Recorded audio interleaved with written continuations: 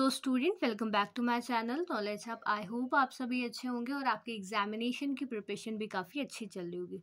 Student, ये हमारा part second है ऑडिटिंग के। जो भी मैंने प्रैक्टिस सेट आपसे वीडियो सीरीज़ बनाने को कहा था ना, फर्स्ट पार्ट में मैंने आपसे 25 क्वेश्चन डिस्कस करे हैं। तो अगर आपने मेरा फर्स्ट पार्ट वीडियो का नहीं देखा है, प्लीज़ आप जा करके एक बारी फर्स्ट पार्ट को कवर कर लो। देन सेकेंड पार्ट मतलब क्वेश्चन नंबर 26 से आप यहाँ पर कंटिन्यू करना। ओके, सो बिना टाइम वेस्ट करते हुए हम अपने क्वेश्चन नंबर 26 से कंटिन्यू करते हैं। So let's get started. If entries is not recorded in the book of original entry correctly, अगर हमारी जो एंट्रीज हैं हम करेक्टली अपने बुक में नहीं रिकॉर्ड करते हैं, वो हमारा कौन सा एरर होगा? वो होगा हमारा एरर ऑफ पोस्टिंग। 27 है purchase of plant is debited to the purchase account instead of plant account. हमारा जो प्लांट हमने परचेज करा था उसमें हमने क्या करा? परचेज अकाउंट को डेबिट कर दिया, बल्कि हमको कौन सा अकाउंट डेबिट करना था? Plant account. तो ये हमारा कौन सा एरर है? ये है error of principle. Error of principle do not affect the agreement of. अगर हमारे प्रिंसिपल का एरर होता है तो वो कौन सा एग्रीमेंट, मतलब किसका जो एग्रीमेंट है उसको अफेक्ट नहीं करता, तो वो हमारे ट्रायल बैलेंस को अफेक्ट नहीं करता। फ्रॉड में भी नेचर ऑफ फ्रॉड कितने तरीके के हो सकते हैं? एम्बेजलमेंट ऑफ कैश हो सकता है, मिस अप्रोप्रिएशन ऑफ कैश हो सकता है, या फिर मैनिपुलेशन ऑफ अकाउंट हो सकता है। तो ये सारे ही हमारे टाइप्स ऑफ फ्रॉड हो सकते हैं। तो आंसर होगा ऑल ऑफ द अबव।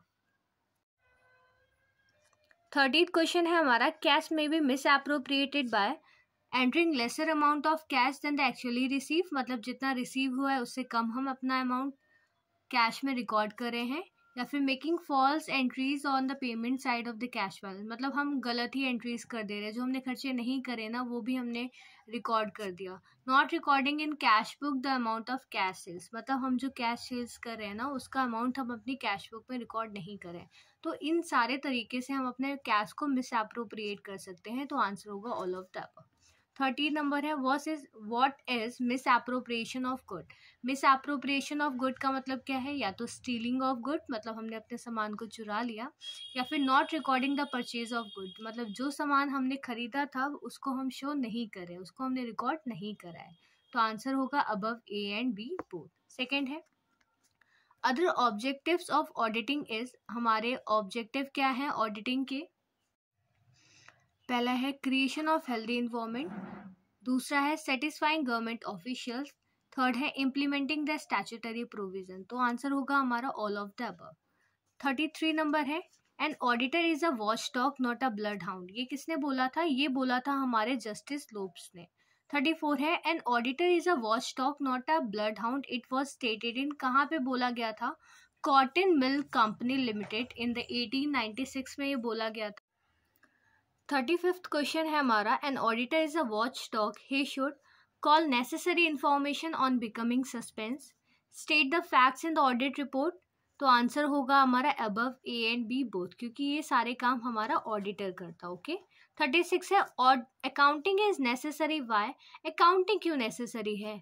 क्योंकि लिमिटेड ह्यूमन मेमोरी, क्योंकि हमें लिमिटेड रहता है भाई, हर चीज़ बहुत टाइम तक याद नहीं रहती, भूल गए कुछ ट्रांजैक्शंस। तो एसर्टेनिंग द फाइनेंशियल पोजीशन, अगर हम अकाउंटिंग करेंगे तो हमारे बिजनेस की कौन सी फाइनेंशियल पोजीशन है, मतलब हमारा बिजनेस कहाँ स्टैंड करता है वो भी पता चलेगा। सेकेंड, थर्ड है comparison of result of current year with the previous year. और अगर हम अकाउंटिंग करते हैं ना तो हमारा जो रिजल्ट अभी करेंट ईयर आया है उससे हम क्या कर सकते हैं? कंपेयर कर सकते हैं अपने प्रीवियस ईयर के रिजल्ट से। तो आंसर क्या होगा? Above A and B, all of the above. ठीक है। 37 नंबर है, the agreement in favour of auditing is luxury. अब हम बोल रहे हैं कि जो हमारा ऑडिटिंग है वो महंगा है। क्यों? मोर एक्सपेंसिव है, सही है। Difficult in fulfilling the formalities, को फुलफिल करने में डिफ़िकल्ट है, हाँ जी ये भी है। थर्ड क्या है? Wastage of time on preparing the schedule, schedules को प्रिपेयर करने में हमारा टाइम भी क्या होता है? वेस्ट होता है।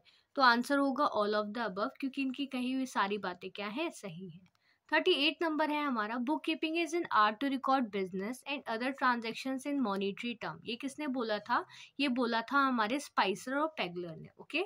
Book keeping records, book keeping records क्या करता है? Record book keeping entries in journal, entries in the journal to ledger. तो क्या है? ये सारी ही एंट्रीज रिकॉर्ड करता है। तो आंसर होगा above A and B both. 40th number है, most of the work of book keeping is of जो हमारा मोस्ट ऑफ द वर्क होता है बुक कीपिंग का वो किस नेचर का होता है, तो बुक कीपिंग का मोस्ट ऑफ द वर्क होता है क्लरिकल नेचर का। नेक्स्ट है हमारा the scope of accounting is wider than the book keeping, तो ऑप्शन होगा हमारा ए। नेक्स्ट है अकाउंटेंसी इंक्लूड्स, अकाउंटेंसी में क्या क्या आता है, examination and direction of work done by the book keeping, सही है। प्रिपरेशन ऑफ ट्रायल बैलेंस, सही है। Preparation of trading and profit and loss account, तो अकाउंटेंसी में ये हमारा सब आता है, तो आंसर क्या होगा, above, all of the above, ठीक है। 43 नंबर है हमारा extensive critical involvement of the record made under the heads of bookkeeping and accountancy is called auditing. Okay. 44 number है the relation of auditing to accountancy is close, yet their natures are very different. They are business associate, not parent and child. Who said it? कि किसने बोला था, ये बोला था हमारे mods और सारा ने। ओके। 45 नंबर है in book keeping business transactions are, book keeping में हमारे बिजनेस के जो ट्रांजेक्शन्स होते हैं वो recorded in journal, posted in ledger या फिर बैलेंस्ड इन लेजर अकाउंट, तो आंसर क्या होगा, ऑल ऑफ द अबव, क्योंकि बुक कीपिंग में सारे काम करे जाते हैं। व्हाट इज ट्रू, इनमें से कौन सी बात सही है, trial balance is prepared for the balance of ledger account, सही है। Final account made from the trial balance, और जो हमारा फाइनल अकाउंट है वो हमारा किससे बनता है, ट्रायल बैलेंस से बनता है, तो ये दोनों ही बातें सही है, आंसर होगा above A and B both. The main object of book keeping is to, book keeping का हमारा मेन ऑब्जेक्टिव क्या है, टू रिकॉर्ड अकाउंटिंग,